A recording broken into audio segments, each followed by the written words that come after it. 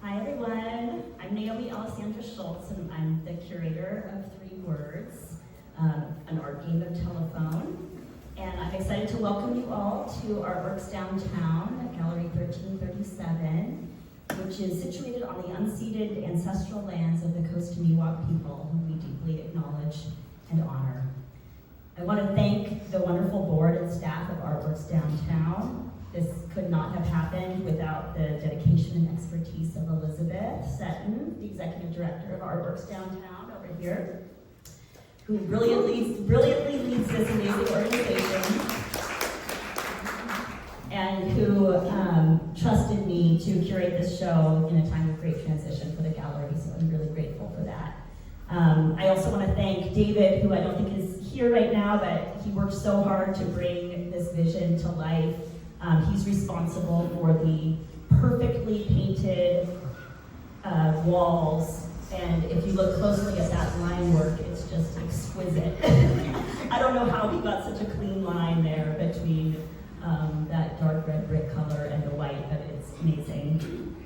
I want to thank Susan, who is here. Thank you, Susan, who helped me, who helped navigate all of the key communications materials in a really short amount of time and spread the word about the exhibition far and wide. To Nate, who installed the work exactly to the specifications that I wanted, which was actually really important for this particular concept, to have everything laid out exactly in this way. To Zidane and the other gallery hosts, who have been so helpful behind the scenes and are making sure that visitors have the best experience possible. Also to the wonderful studio artists of Artworks Downtown, many of whom became dear friends of mine when I was an artist in residence here back in 2017, 2018, and their support and camaraderie through this installation process was invaluable, so thank you. I want to introduce you to our artist panel today, 6 of the 32 amazing Bay Area artists in the show. We have Julia Ledyard here, one of the 4 artists that I invited to the show. Carroll Swenson-Roberts on the end here, who was invited by Julia to join the show. Ella Rose Ledyard, who was invited by Carroll. Phil McGaughy, who was invited by Martin Ledyard, who's here in the audience, but is an artist in the show. Wow, we all have the same last name. Holly Bobisuthi, am I pronouncing your name correctly, Holly? Who was part of a different thread in the show and was invited by Nicole Markowitz. And Lauren Bartone, who is also part of a different thread in the show and was invited by Matt Reynolds, or followed Matt Reynolds' work. So grateful to all of you artists for being here. Thank you so much for contributing your gorgeous work and for keeping the art game alive at every step along the way, which was essential to the success of the show. So today, the run of the show is going to be, I want to tell a little bit about the exhibition concept so you can all understand how it all works if you haven't heard me talking about it already. We're going to hear from the artists themselves about their art practice and the work that they have in the exhibition. And then at the end, we'll open the floor to all of you to ask any questions you may have for us. So, to explain a little bit about the show, when Elizabeth reached out to me in July, we had a fairly quick turnaround for the show. We talked about creating something really dynamic and fun and exciting and community building for this particular show. And it needed to be done in fairly quick order. So I started just thinking about how important it was at this moment in time to really hand some of the agency over to the artists themselves to help create the art show that we all wanted to build together. I also wanted to connect artists in Marin to other artists throughout the Bay Area. I feel like sometimes Marin can get a little bit siloed from the rest of the Bay Area, and I really wanted to close that gap as much as I could.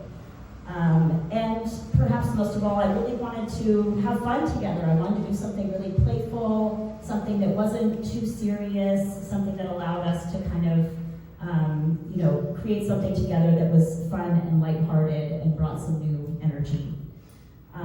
So many Bay Area arts institutions, as some of you may know, are experiencing really drastic funding cuts right now. Many institutions are closing, and I feel like it's just really important to come together and celebrate organizations like Artworks Downtown that are doing so much for the community, are really thriving, bringing artists together, and to celebrate those institutions and to make things happen in them.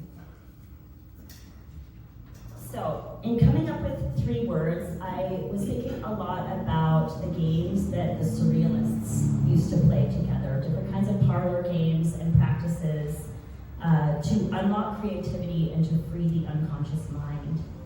Artists and writers like Andre Breton, Marcel Duchamp, Leonora Carrington, René Magritte, Max Ernst, André Masson, and many others would participate in such games. So these ranged from automatic writing and drawing to torn paper collage to thought experiments of various kinds to chain games like Exquisite Corpse, in which artists take turns making creative decisions and then pass the baton to other artists to make their own creative decisions. A good part of the fun is the surprise of seeing the different parts to come together into an unexpected whole. Here's a little quote from a book of Surrealist games, which is compiled by Alistair Brochie and edited by Mel Gooding. The Surrealists initiated the most radically liberating critique of reason of the 20th century. Their investigations were conducted through art and polemic, manifesto and demonstration, love and politics. But most especially and remarkably, it was through games, play, techniques of surprise, and methodologies of the fantastic that they subverted academic modes of inquiry and undermined the complacent certainties of the reasonable and the respectable. Playful procedures and systematic stratagems provided keys to unlock the door to the unconscious and to release the visual and verbal poetry of collective creativity. These methods and experiments were at the center of the Surrealist provocation of bourgeois normalities.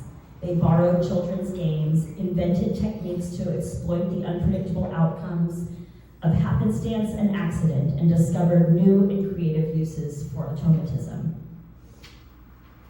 Surrealist games and procedures are intended to free words and images from the constraints of rational and discursive order, substituting chance and indeterminacy for premeditation and deliberation. In one particular and important respect, Surrealist play is more like a kind of provocative magic. This is in its irrepressible propensity to the transformation of objects, behavior, and ideas.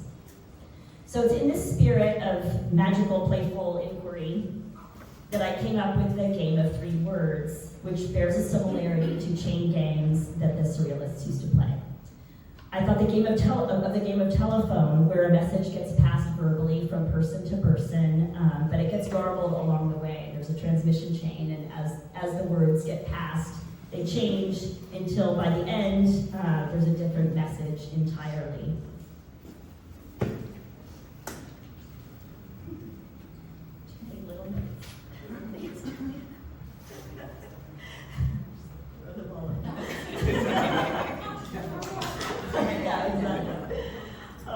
So this was the game I came up with. So one artist starts the game, and that artist was me over here with this painting, Becoming Rock. I came up with a 3-word description about that painting. The words were shape-shifting, mineral, and tangle. And then I invited an artist whose work connected with one or more of those words. So I invited Julia, and I felt like what I knew of her work connected. Amazing paintings that Julia makes often have some kind of shape-shifting or tangled element in them. She also works with ceramics, and there are minerals and clay, so I felt like Julia could definitely do something with those 3 words. I also invited 3 other artists who aren't here today, but Nicole Markowitz, whose work is behind me, Joshua Moreno, who's over here, and Sun Park, who has this tiny little work up here also next to mine. I asked each of those 4 artists to identify one work of their own to exhibit that in some way connected with the 3 words that I gave them. And then I asked them to each come up with 3 words that described their piece, and to invite another artist of their choosing whose work somehow connected with the 3 words that they chose. So the new artists then went through the same process.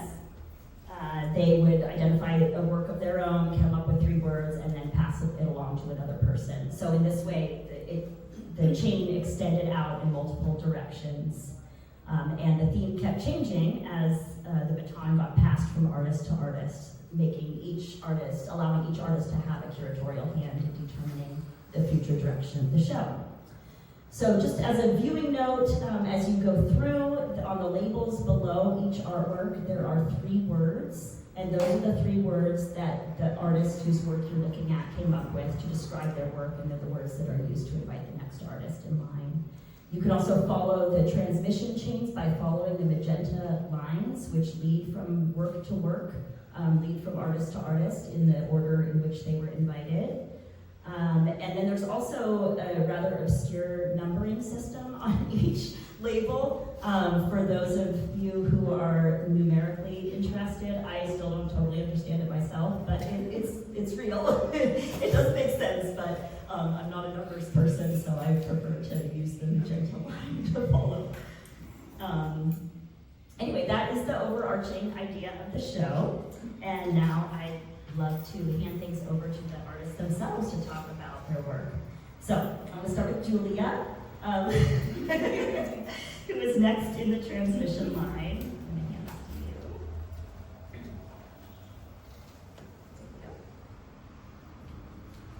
this to you. Julia Ledyard is a Fairfax-based multidisciplinary fine artist working with painting, drawing, ceramics, and other materials to create her extraordinary work.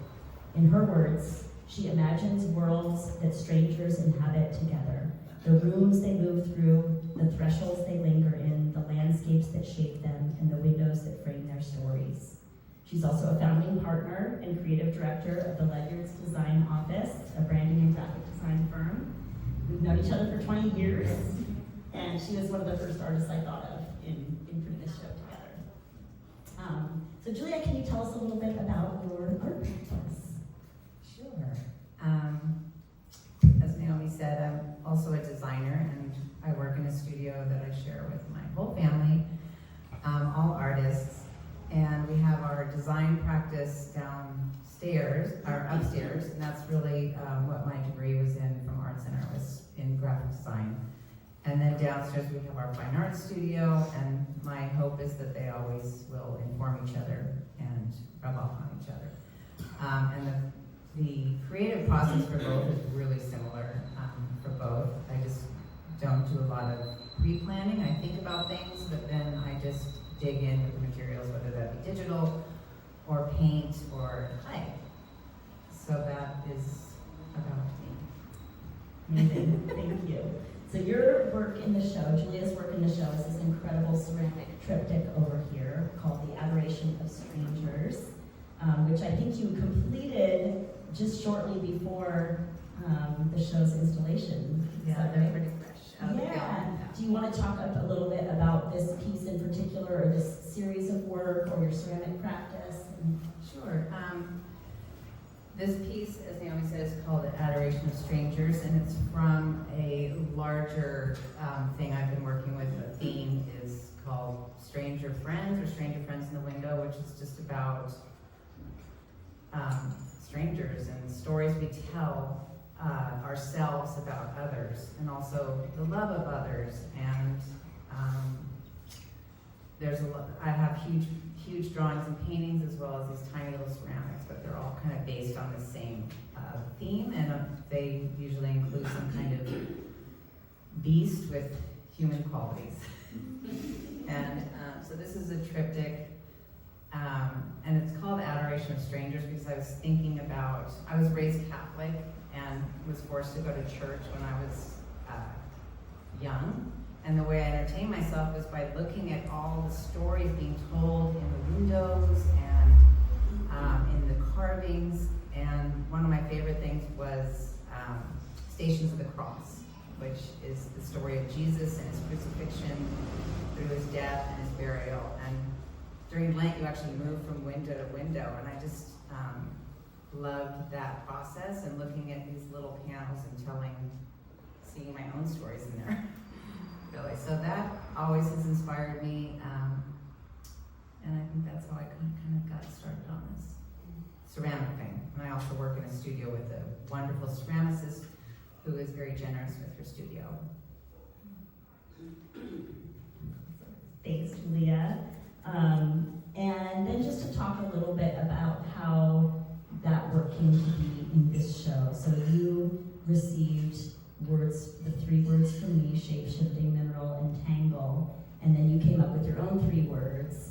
Do you recall off the top of your head what those 3 Well, I words? have a cheat sheet. Oh, good. I do too.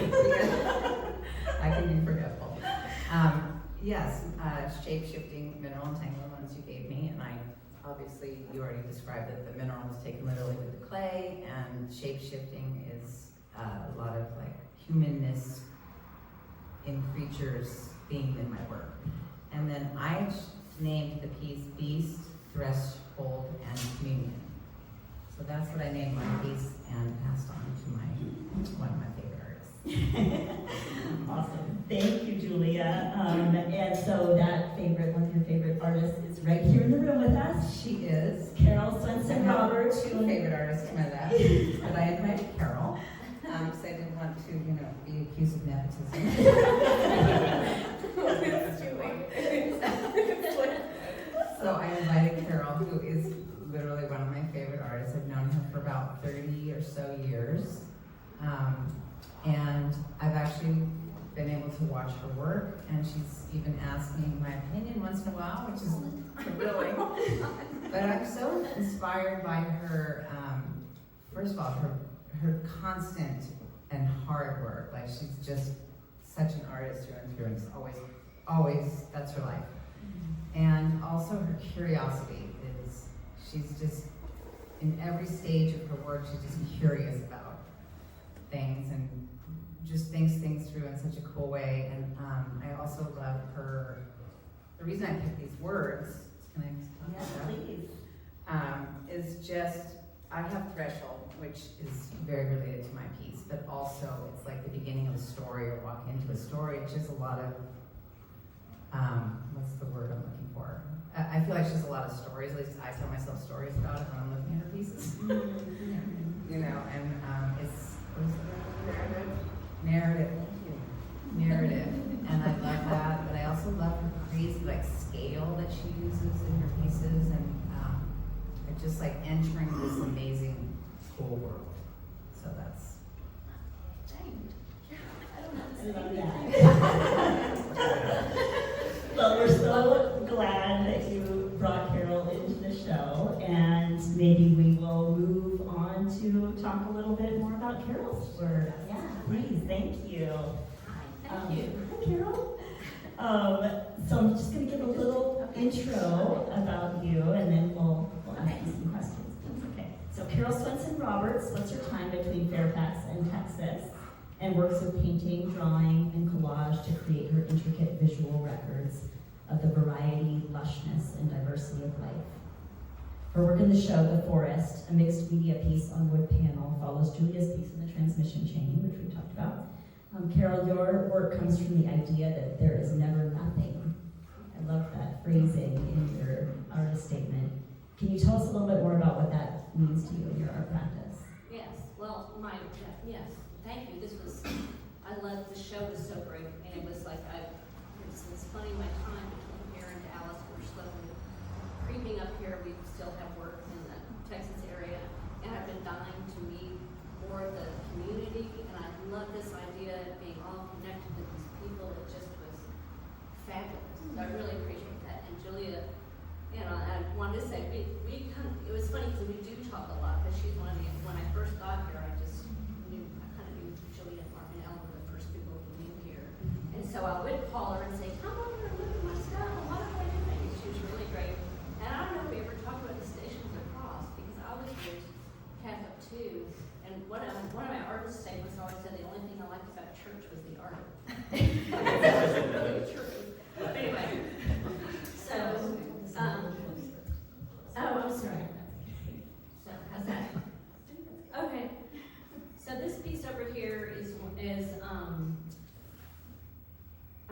ask a question about how it does with the luscious, and there is never nothing. Yeah, the And- never and- nothing. So interesting.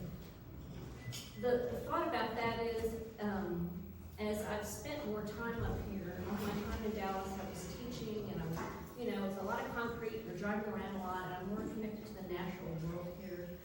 And you kind of realize what you're missing when you're not in the natural world, and they all look really positive. It's more about what we're a part of. And there's never nothing. You can look at every square inch as you go on a walk, and there is something there.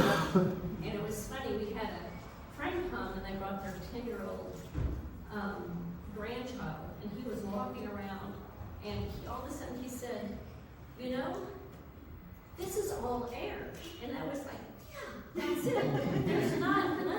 This is all, we are all in this environment, and this environment is all part of us, and we are part of it. So these little simple things, that's what that I paint, this is what I'm thinking about. And this one I actually did here, and a lot of my pieces right now have to do with the transition between Dallas and here. And actually now when I go to Dallas, I go to walks, I'm seeing more there, because I spent so much time here. And the other thing about that is that when you see things, you almost get fresh eyes, because they're so different every time you go to a different, because we kind of spend a chunk of time here and a chunk of time there. So you kind of get used to the environment and used to what you're seeing. And then it just, it's just, you have fresh eyes. And when I first started, actually, Mark and Julia let me use their studio when I did the Hill. I did a show in Dallas called Hills. And I did Hills because I'll drive around here and come to Dallas and go, look, there's a hill. There's another hill. Oh my God, there's a hill.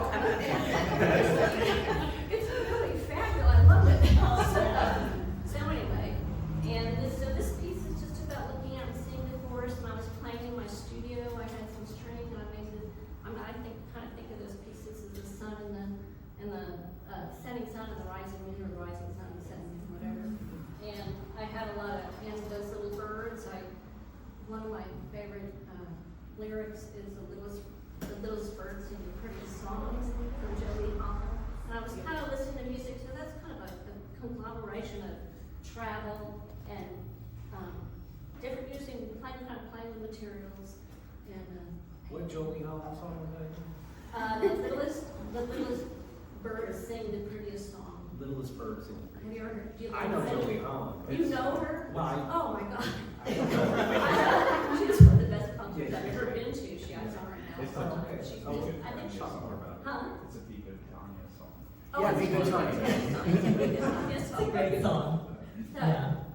and, yes, so I was thrilled when Julia asked me to do this, and I was thrilled because she's a really great artist, and we talk, and we've always talked about collaborating, but we do have some similarities, I think, with our, my beasts are usually, hers are kind of beasts, or mine are kind of creatures, and I think that was one of my words, and so when I reached out to do Ella, and I did Ella and Martin, I could do two, and I don't know that many people, I picked the top, Julia hadn't picked me out, but I picked the top,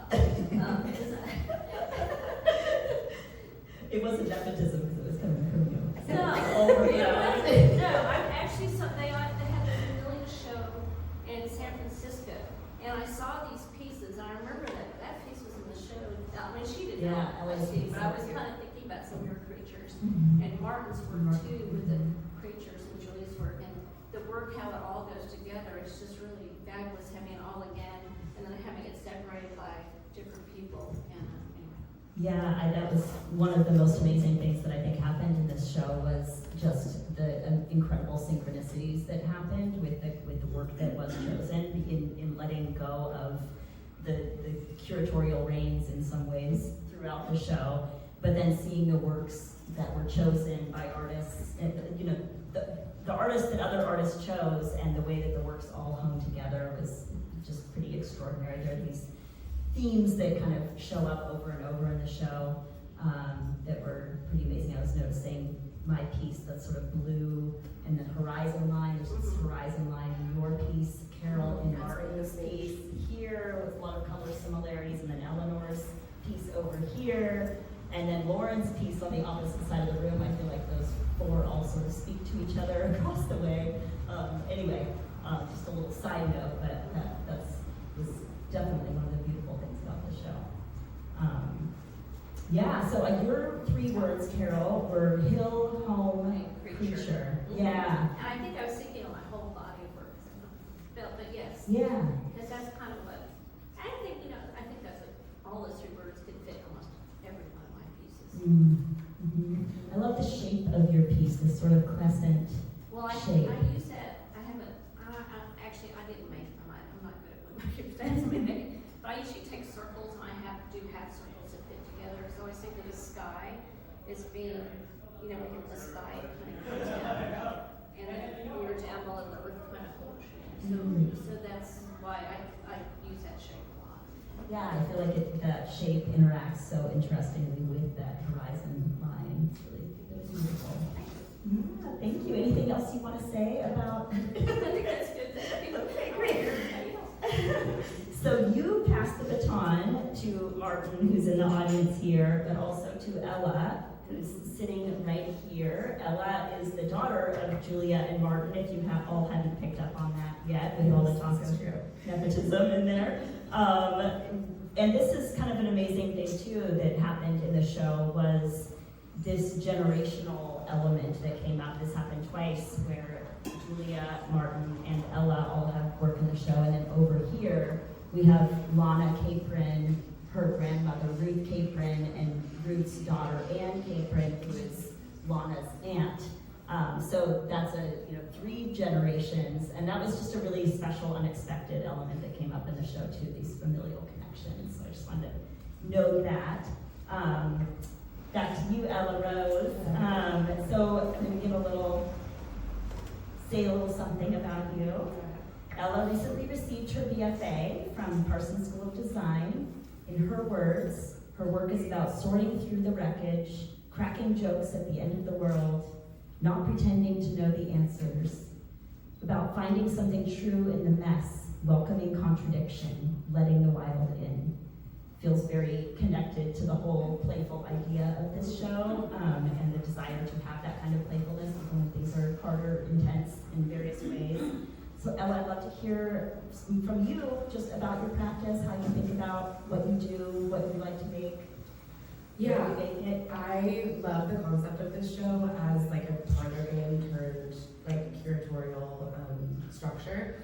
I think like I am a very playful person, and it really shows in my artwork. Like I've showed this work before, and I've shown other works of mine. And then every time that there's like an opening and I'm talking to people, they'll come up to me and they're like, wow, like, that's really sad.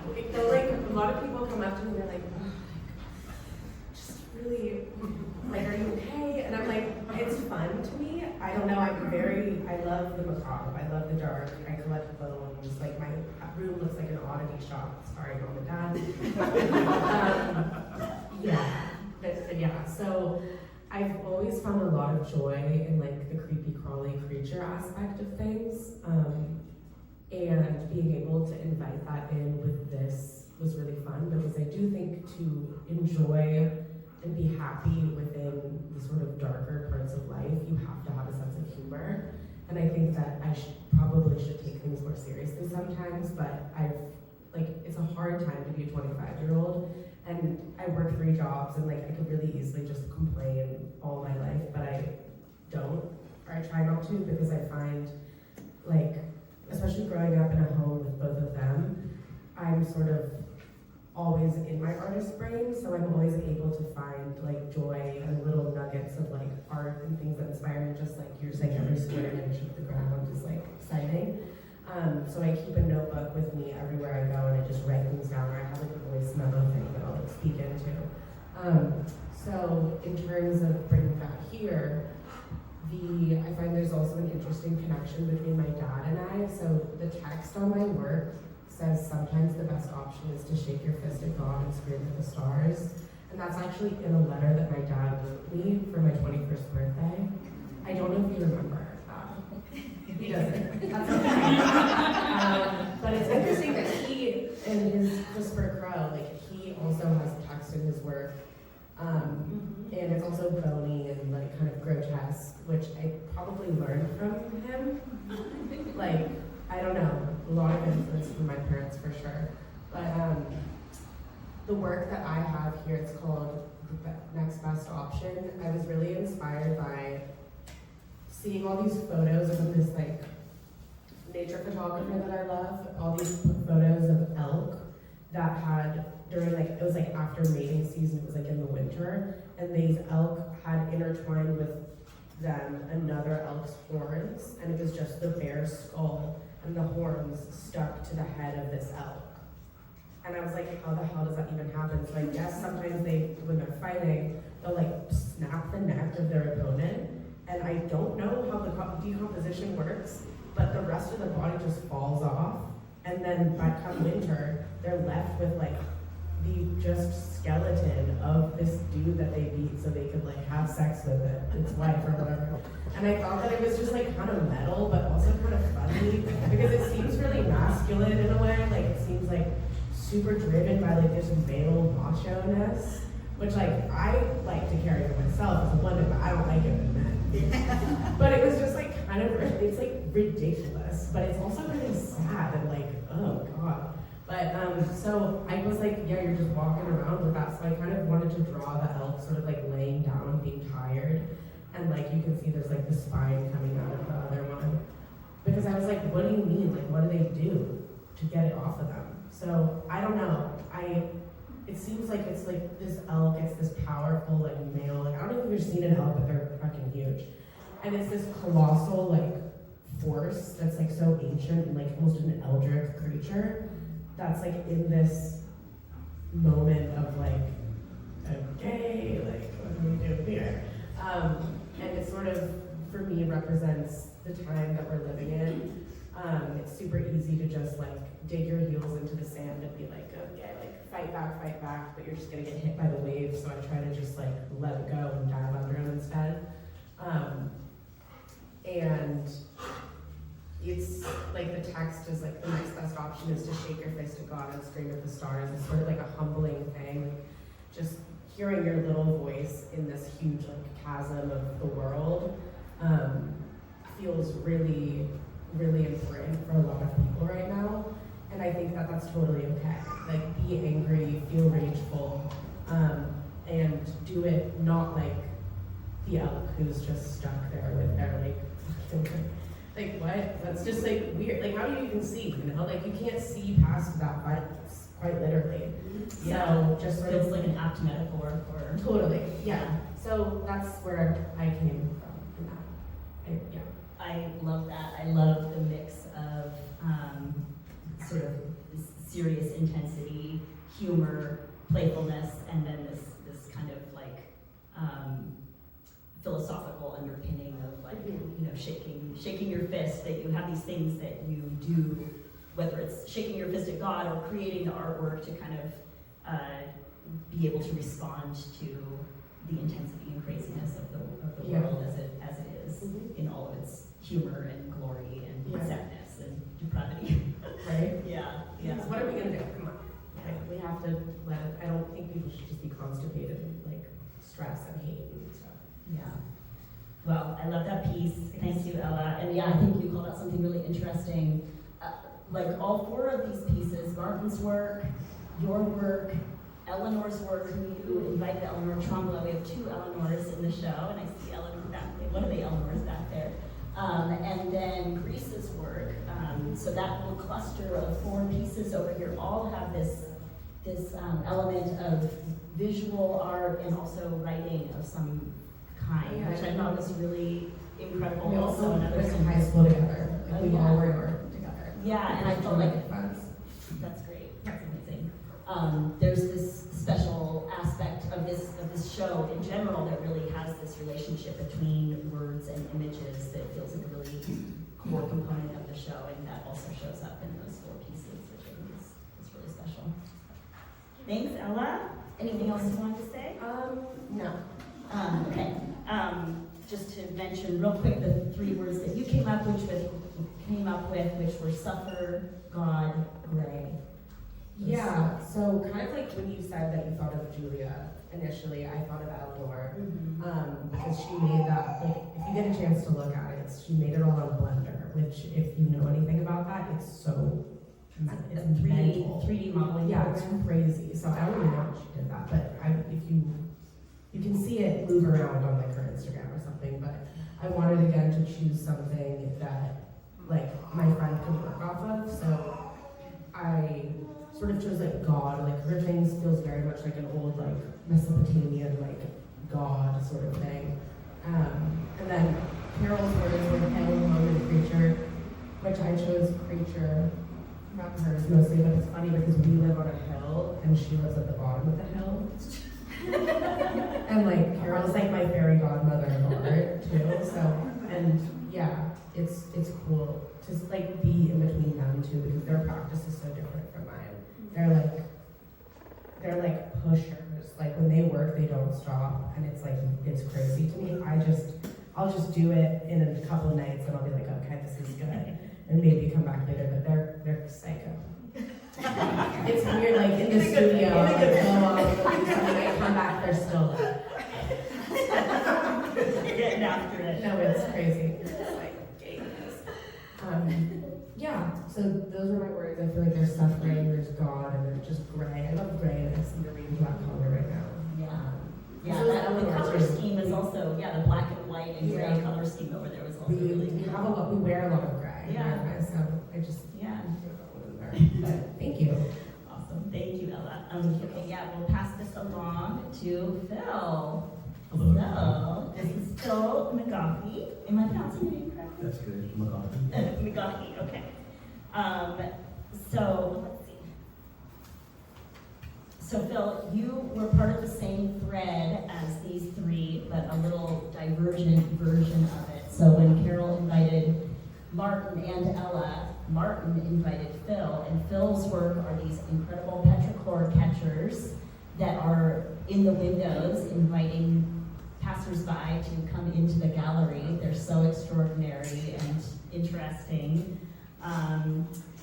And so Phil is a Marin-based sculptor whose work investigates the relationship between natural systems, perception, and material transformation.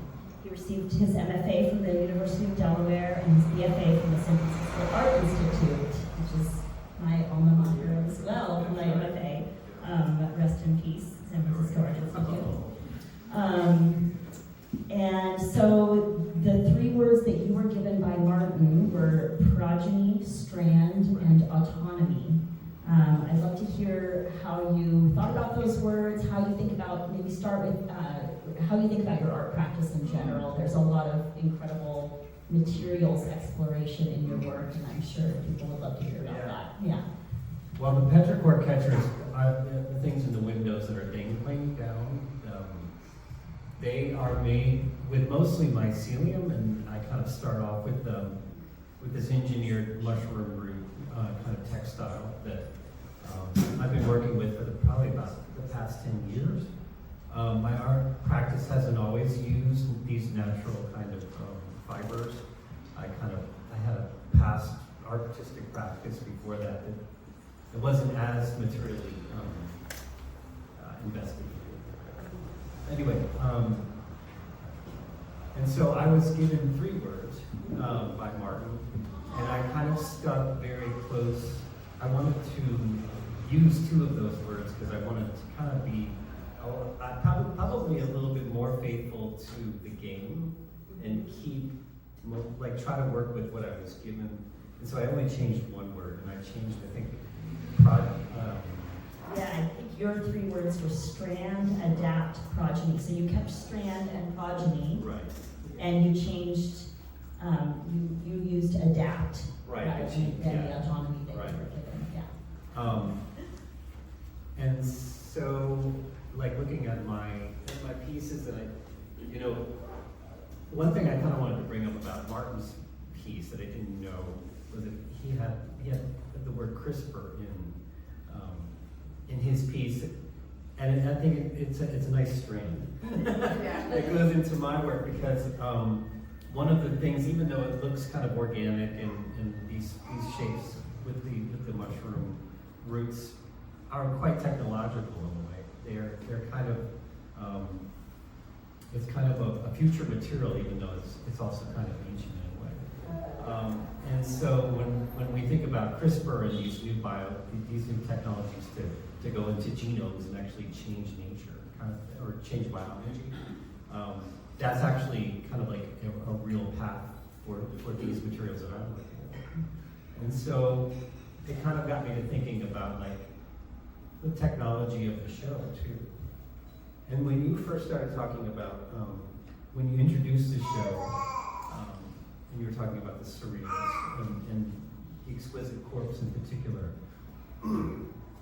what really makes the exquisite corpse really interesting to me is that it's based on a piece of 8x11 paper. And I'm kind of really divergent, but. Well, please, I feel Okay, all right, good. like connected for sure. So this, I had a boss one time, back in the early 90s, and we were working for this sculptor. But one of the most fun stories that he ever told was he was growing up in rural Idaho, and he said there was a huge train. It was just a huge loud train wreck. He said he woke up the next morning when the sun came up, and he saw tons of paper lying on the tracks. And he was like, you know what I did? I went down there and grabbed all the paper I could so I could draw and draw and draw. And so it got me thinking, like that was such like a moment for me, like as a kid, free paper. And so it makes me think, today we don't even think about paper. But back then, it was expensive. And it was like somehow drawing on a sheet of paper was like a privilege. And so when you think about democratizing creativity and like how we are evolving into what we are now, and how creativity is adapting to new inputs. And so I think about, like just like with CRISPR, we'll have to do something like that. Like creative people will adapt into these new paradigms. And so when I think about, like suddenly I could fold a piece of paper, say draw the midriff, and then you draw the midriff. And then I'm not going to look at it, and then I could go, okay, you draw the legs, And so that could never be done probably 20 years, in 1880. Yeah. But suddenly that technology is in the room. And so just like with this the telephone show, the game of telephones couldn't have happened because we don't know that many people, like a long time ago. Yeah, and the telephone didn't exist. Yes, right. So I guess that's a long way to kind of get back to my petrichor pictures and the kind of technology that it's kind of alluding to. But it's kind of like underneath the surface. And so it's adapting, I guess, as we speak. Anyway. Thanks for that, Phil. I love that diversion. That's a big diversion. Yeah, no, it's great, and I think that's really, everything you said is really true. And thinking about exquisite corpse coming about in like the 1920s and Right. how yeah. Can you talk a little bit more about the form of your petrichor catchers and why they're called petrichor catchers? Okay. Yeah, petrichor is the smell of rain after it has been really dry for months and months and months. It's kind of a combination of the oils on the plants that are around you and bacteria that kind of live on rocks. And so they kind of build up over time. When rain doesn't come, it's just kind of like a lot of biology is happening that's not getting washed away. Once the first rain comes after a long drought, it just starts smelling like, it smells great, but sometimes it's not always the same. Like petrichor in the city is completely different than petrichor in the countryside. And so these pieces I'm calling petrichor catchers because the fungi that I use are very good at kind of smelling and adapting to the conditions around them. And so I'm imagining these mycelium mats to kind of be sensors in a way and record the environment that we're in right now. The form of them are like kind of, I wanted them to look like falling raindrops in a way. And I said that to you when I first walked in here, and you're like, they kind of look like planters, which is great. Or I think I was talking about it was, the kind of pitcher plants. Pitcher Plants was what I thought that they looked like. Oh, okay, all right. The kind Yeah. of plants that sort of catch That they have water in water, the but I middle. think they also can catch bugs. Yeah, and they're like yeah. creature-eating plants. Right. Okay, now I get that. That's funny, because in my mind, I was Yeah, like, no, I never said that. Yeah. Yeah. Yeah. Yeah.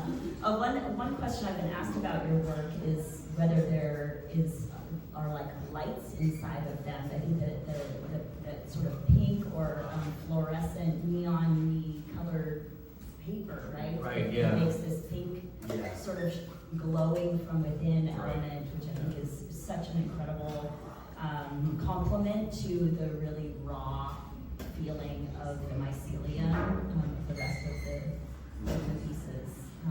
Yeah, what makes you're working with like a pink neon paper? Can you talk a little Yeah. bit about the combination of those two elements and also the other elements that are involved in those pieces? So that's just simply orange construction paper that I glue onto the mycelium and then build like little, I guess you could call them little environments around, or just kind of like little housings around, and then I put vellum over. And I wanted to kind of evoke a construction vibe. I don't know how well I'm actually pulling that off, but I wanted it to be like kind of like a white and an orange. I like those two colors together because it does kind of connote this, like things, like we're working on this and it's building and it's changing, but be warned, because it's like orange and white means warning, don't come here, it's like construction zone. So I like that kind of look and message that the work kind of brings to the forms themselves. Like this is a construction zone, things are still happening, come back later. Yeah. Yeah. Oh, that's wonderful. I like that. Thanks, Bill. Okay, well, that is that strand of the transmission chain. Let's move on to Holly Bobisuthi. Don't you mind passing down the mic? Yeah. So, hi, Holly. So Holly's thread comes from my piece. I invited Nicole Markowitz. Nicole invited Holly. Holly invited Emily. And that's where that thread left off. So, yeah, that was a sort of a short but powerful strand there. And I think the three words that you were given by Nicole were mutable, cryptograph, and threshold. Yeah. So just to think about that a little bit, I want to give a little bio about you. Holly is a Bay Area-based artist and metalsmith who explores ritual, history, and self-image. Holly, your work is grounded by a deeply ingrained connection to nature and is informed by a lifelong fascination with archaeology and folklore. Yes? I'd love to hear you talk more about your relationship with archaeology and folklore and anything else that you want to talk about with regard to your practice. So I'm really interested in the idea of an embodied experience of art. So most of my work is primarily wearable, touchable, functional. I'm really interested in objects and sort of the imprint that we leave behind us of these like everyday things. I'm educated as a fine art metalsmith, so I went to college for that. I went to University of Washington and did a bunch of residencies all over the country studying it. It's my favorite thing. It's very fun. Metalsmithing is like a really exciting art form. There's fire, there's hammers, there's unexpected turns of fate everywhere.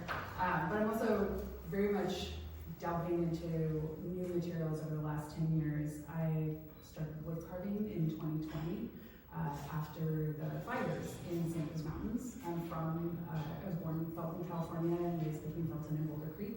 So during the 2020 fires, my entire family was displaced for months. My parents were living in a tent in the Watsonville Fairgrounds with their 2 giant dogs, and my brother and his family were living in their front garage in town. And so all of the wood I'm using is actually reclaimed from my brother's land, which is about half a mile down the river from where we were born. So they're all trees that were ill or damaged by the fire and that he had to take down. He's a woodworker. He's really great at building things. He just built a barn.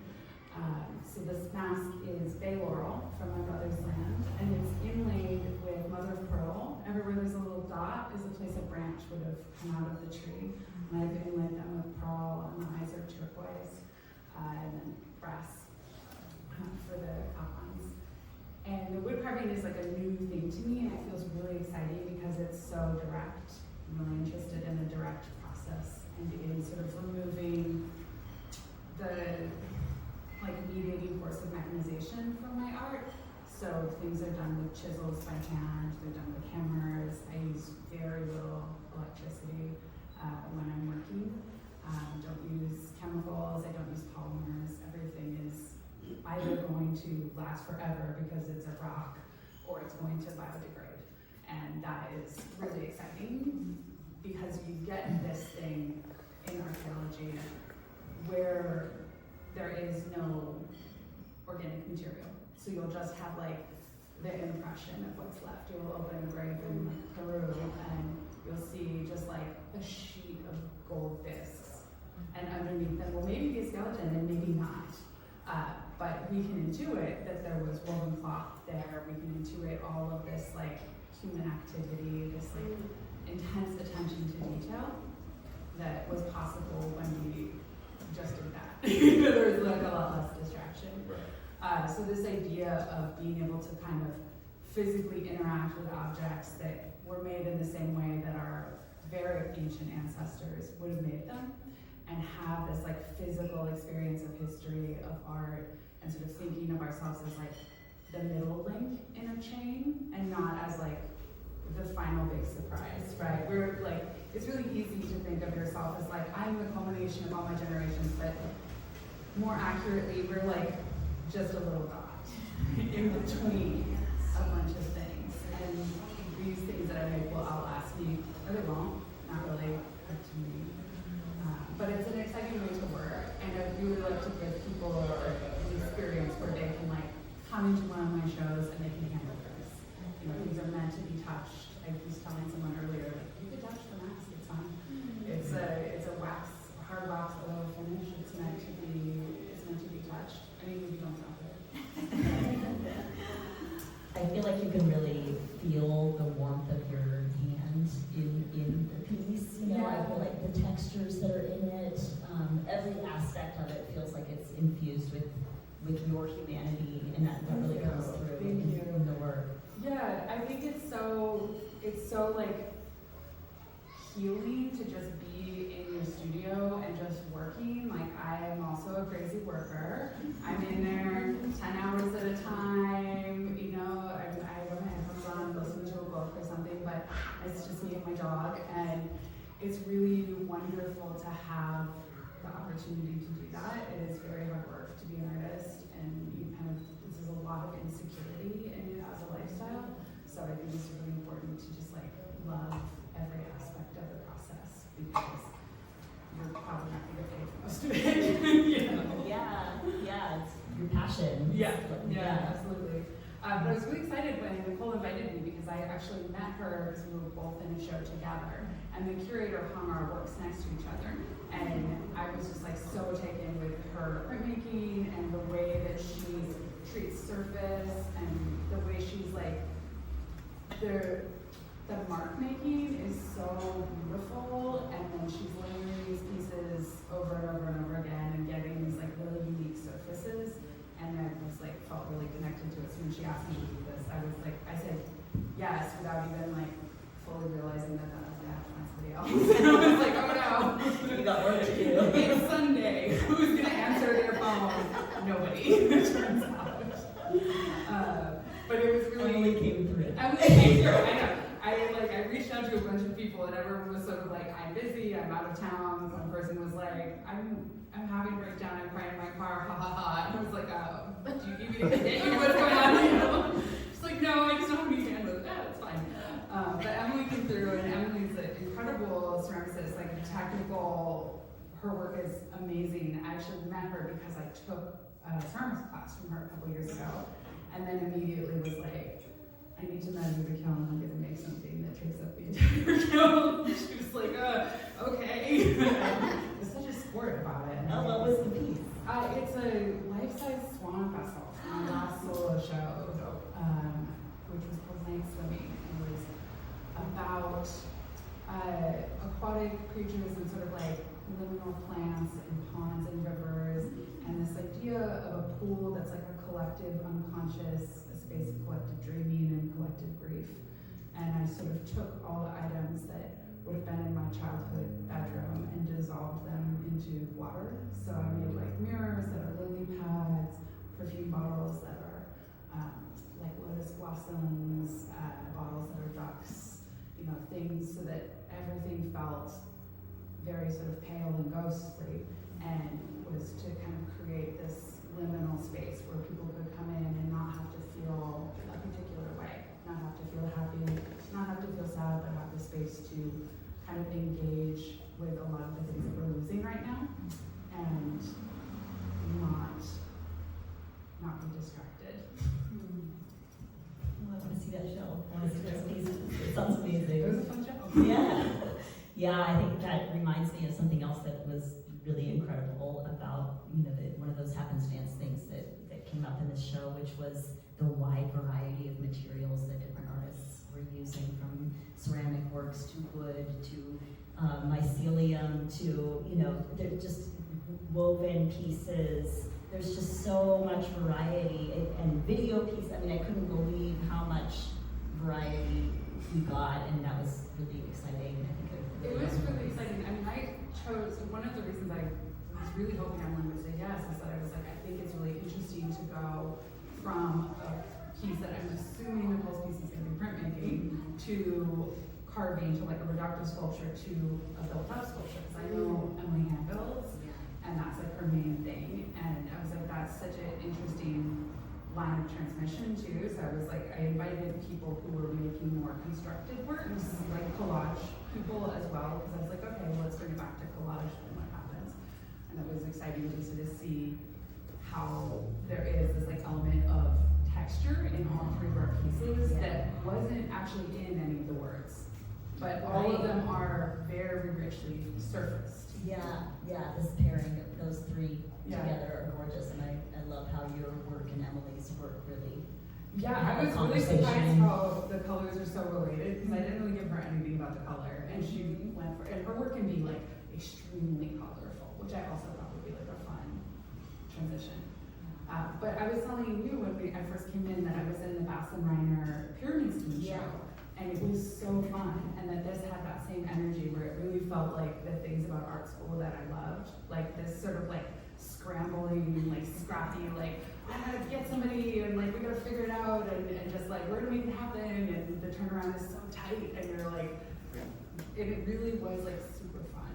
So thank you for the opportunity. I'm delightful. It all came together, right? There was that, point where when I started the process, and I invited 4 people rather than just 1 or 2 people. So I was like, I hope that people continue this chain. Like, I don't know what will happen, will we be able to fill the gallery or not? And then as the gallery did start to fill up, I was kind of designing the layout in real time so that I would know when to cut things off, because things really did start to pick up momentum, and then all of a sudden people were coming in, in droves, or more people than I knew what to do with, and it was like, okay, stop, no more. And I feel like I cut it off just in time so that each work could have enough space to breathe, but it was really delightful. Which is not how the pyramid show. No, the pyramid scheme show was insane. Yeah, that was the show at Minnesota Street Project in San Francisco, and it also kind of relied on this artist telling other artists, but there was really no gallery layout. It was, artists could put their work up in the show if they were invited and if they could find a place to put it in the gallery. So there was work hanging from the ceiling, there was work it was like filled. hundreds of pieces. Yeah, The walls were dense. It was wild. Yeah. And it was like a party in there. So. Yeah, that was definitely an inspiration for the show too, that fun atmosphere of that show. Great, well, so your piece, Wind Mask, so you received the words mutable, cryptograph, and threshold, and then the words that you gave to Emily were breath, hidden, and changing. Do you want to say anything about either of those sets of words? Yeah, I was sort of like torn a bunch of different ways because I have a lot of work that would fit into the words that Nicole gave me, but I really liked the idea of mutable and the wind being like changing, and also the idea of the mask as kind of a threshold as well. Like it's like a way to create a barrier, you know, or a way to enter another state as well. And I thought that was like such an interesting way to approach it. And also a lot of my work that would fit into this is like a little tricky to install. And I was like, I don't know if I'm gonna be able to be there on the install today. So let's give them something that needs one nail. Love it. Yeah, and then knowing Emily's work and knowing how much she works in like surface and texture and color, I was like, oh, these words will give her a lot of places to like hang whatever she wants. Like I know she'll have something that'll work in this. Yeah, that was a really fun thing to see with the word choices that people had too. There were some really interesting words that people came up with, but I loved seeing how artists found words that were open-ended enough to allow space for the next artist to step into those words, but also specific enough so that they really did have to kind of think. It was surprisingly difficult. I was like, oh, this is actually quite a complex puzzle to find something that works with Nicole's words, and then how do I pass that on to the next person? Yeah, well, you nailed it. Thank you. Okay, well, thank you so much, Holly. Moving on to Lauren Bartone here. So Lauren is from a different thread entirely. Amazingly, the artists who were participating in the talk were mostly all on this side of the room. Lauren is the only one who is not on this side of the room. So her work is directly across in the center of the back wall there. It's this incredible textile piece. And so her work came, so off of my work was Joshua's work here. Joshua's work, you can follow the magenta thread. It goes down and across and over to the work that sits on the pedestal directly below Lauren's piece. That's Whitney Vangren's work. Then goes off to this incredible nightlight piece that I just love by Matt Reynolds. And then Matt Reynolds' words led to Lauren's piece. So that's that chain. So yes, Lauren created this incredible hand-dyed textile piece. She's based in San Rafael. She's actually my studio mate, which I feel very lucky about.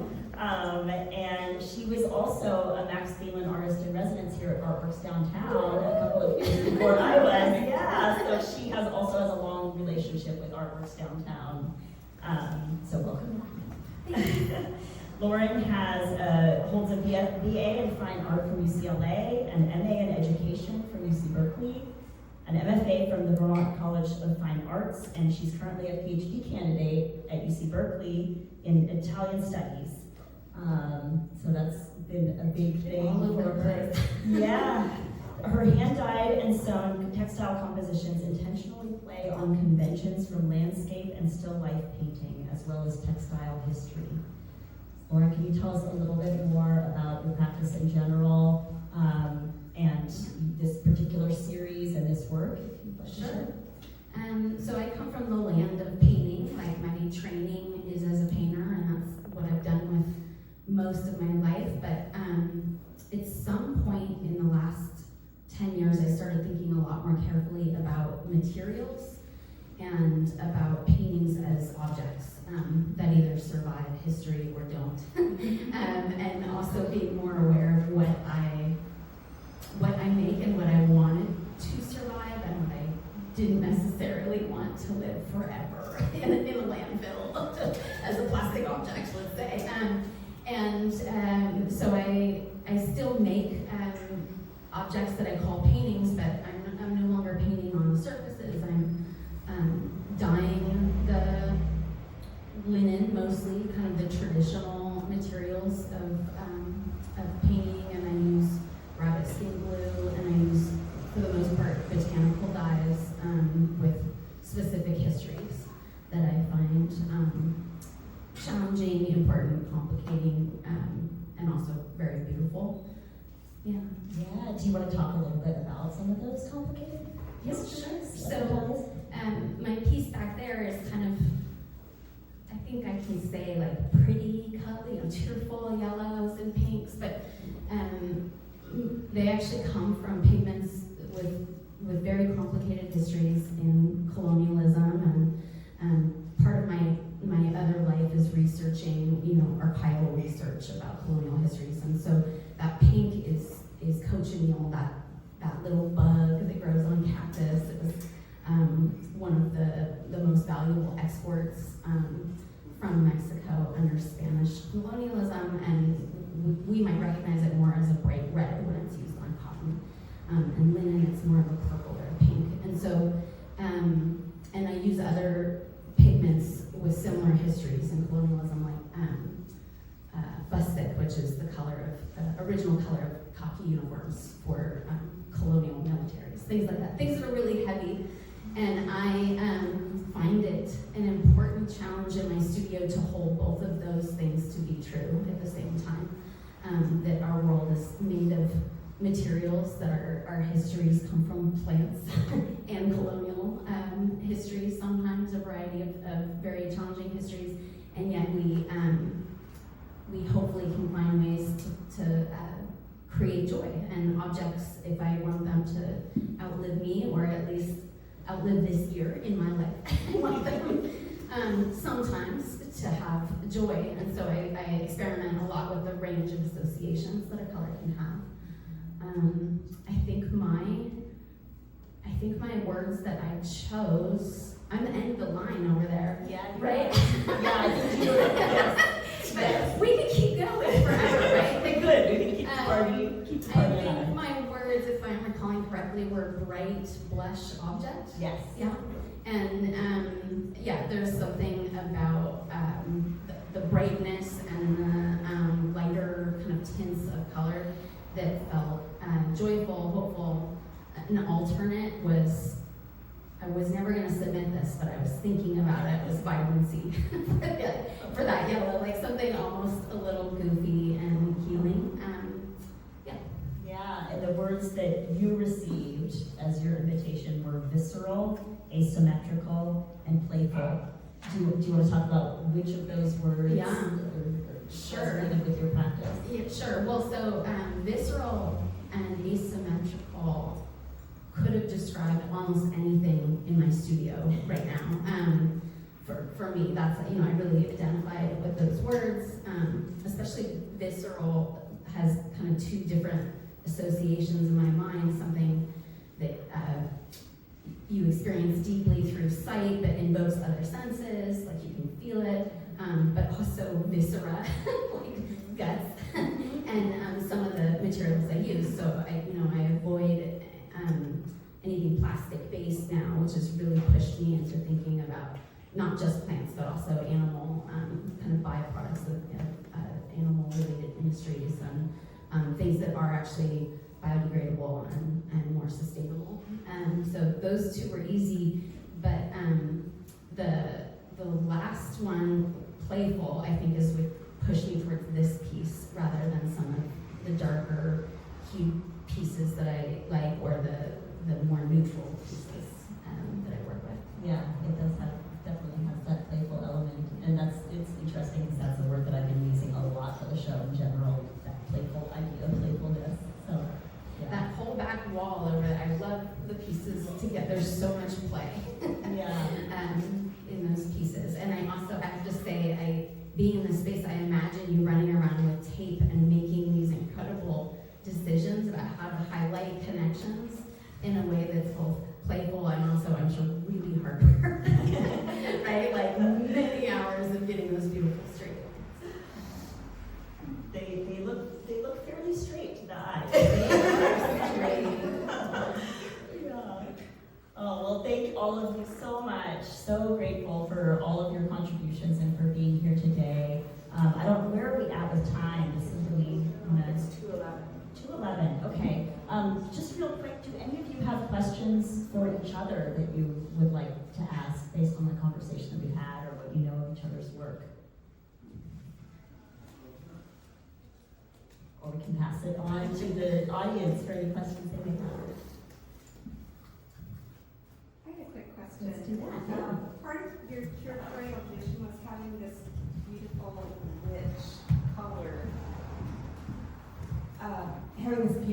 rich color that kind of encompasses all the work, and it really ties it all together and makes it very exciting, gives it all a very, I've been in this gallery a lot of times and it has a very different vibe in here than usual. And I was just wondering, did you just randomly select this color, or was it a response to the work in the show, or how did you make that choice? The color choice, thanks for asking that question, Barbara. What's funny, because we had a conversation prior to this about wall color and art. Barbara's another studio mate with Lauren's and mine. Yeah, the color choice just kind of came to me prior to really anybody's art being chosen, as I was thinking about different ideas. For some reason, it was just intuitively what I wanted to do, and particularly this sort of like dark brick-like red with a sort of a much brighter neon pinky kind of color. I think maybe it has to do with the playfulness element, that with the sort of highlight of that kind of neon pink, and that's some kind of grounding for it.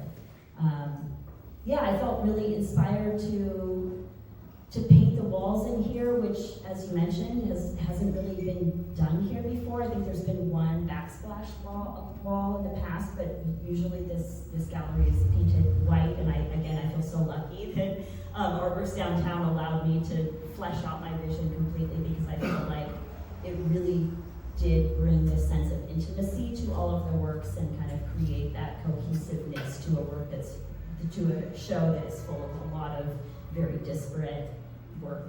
So yeah, thank you for that. Any other questions from our audience? Laura? This is a follow-up on the color of the wall. Yeah. Since we're talking words, do you remember the name of the color? I think classic burgundy. Classic burgundy. Anyone else? Yes, Eleanor. Eleanor also has work in the show. This is her gorgeous piece right here behind Laura on this pillar. Thank you so much, Eleanor, for being here and for contributing that gorgeous work. Thank you. It was an honor. This is such an amazing show. I'm curious how many of the artists in the show wound up being people you knew or whose work you were connected to before. Like, did this wind up being a reflection of your network, or did it expand? Did it stick its fingers out into the wider Bay Area? Yeah, just curious. Yeah, it definitely introduced me to a lot of new artists that I never knew before, which was a delight. And then there were also surprises of having artists choose artists that I had worked with in the past but wasn't expecting to see in the show, because I only invited 4 people, but then some of those people ended up inviting, for example, Phil, who we've had work in the show together before. So I was delighted when his name showed up. Also Catherine and Jada, who were both in a show that Eleanor and I curated together last year. So it was a good mix of both. You know, when familiar folks would show up, I'd be like, oh yeah, I'm so glad that their work's going to be in the show. It was a great surprise. But then also, new artists who I'd never met before and got to experience that. So it's lovely. Anyone else? I have another question for Phil about the mycelium. So mycelium, I don't know that much about it. It's like little roots that mushrooms put out. Mm-hmm. So how does that translate into the material that we see here? So the material you see here is a textile, and I coerce the mycelium. You got it a little bit backwards. The mushroom doesn't put out roots. The roots make the mushroom. And so that's important, because when I engineered these mycelium textiles, I actively try to suppress the mushroom from coming up. So you constructed the textiles yourself? Yes, the textiles are kind of engineered to not make mushrooms, only to be mycelium, and that's kind of a trick. And I actually worked for a company for about 8 years where we perfected that trick. What would it be used for aside from art? that material could be used for fancy bags. It could be used for all types of things. Like anything yeah. And so there could be a world where you kind of finish it in a tannery and it looks like a leather, it acts like a leather. So, there's all kinds of uses that people are kind of earmarking, like this could be an alternative to vinyl or upholstery. So there's a whole kind of, I'm not gonna say cottage industry, but there's a whole movement to kind of get off vinyl. I don't know, I think leather is kind of always gonna be around, but I think like the movement to move away from plastic vinyl is a worthwhile cause, and that's going towards that direction for sure. Fascinating. Yeah, I think I answered your question. So does the material, when you're working with it, is it like a powder that you get? Like, what's the process to make the textile, and does it have a scent to it? Does the scent stay? Oh, does the mushroom have scent to it? When you like, what do you get? Do you already get like a textile made out of it in your practice, or are you getting something and you're making the textile? So the mushroom kind of has a food, and so I have to coerce it to go into a flat piece of textile, and I think that's, I'm not quite sure. He's growing. Yeah, I'm actively, I'm sure it's almost like animal husbandry, like I'm coercing it into a form. And then once I do that, the next time I do it, it'll probably do it the same way. So we spent a long time figuring it out. I can talk to you later about that. Just like a collaboration. Yeah, it's definitely a collaboration. Yeah. I'm partnering with the mushroom. I'm not telling you what to do.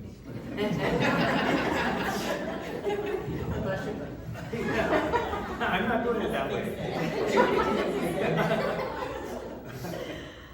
Wonderful. Anyone else have any questions for our panel here? Okay.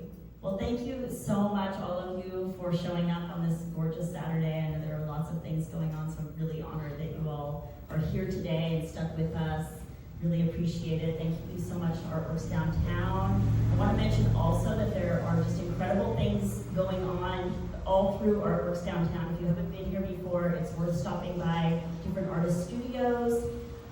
Lucy, who's the Max Thielen Artist in Residence right now, has a show that's up downstairs in the Founders Gallery that's absolutely gorgeous. You should check it out before you leave today. It's really wonderful. There will also be a second opening for this show, or a second reception for this show on September 11th, Friday, September 11th from 5 to 8. That's second Fridays here at Artworks Downtown when all the studios will be open. It's a really fun time if you haven't been before. It's a big party. And on September 11th, we'll be celebrating Phyllis Thielen's 100th birthday. As part of that, Phyllis Thielen is sort of a mastermind behind Artworks Downtown in its original form, which is wonderful. And Chance will be DJing that night. Chance is my partner, who's been amazing at helping with this whole thing come together. And I think that's all. Thank you so much, everyone. Really appreciate you. Thank you.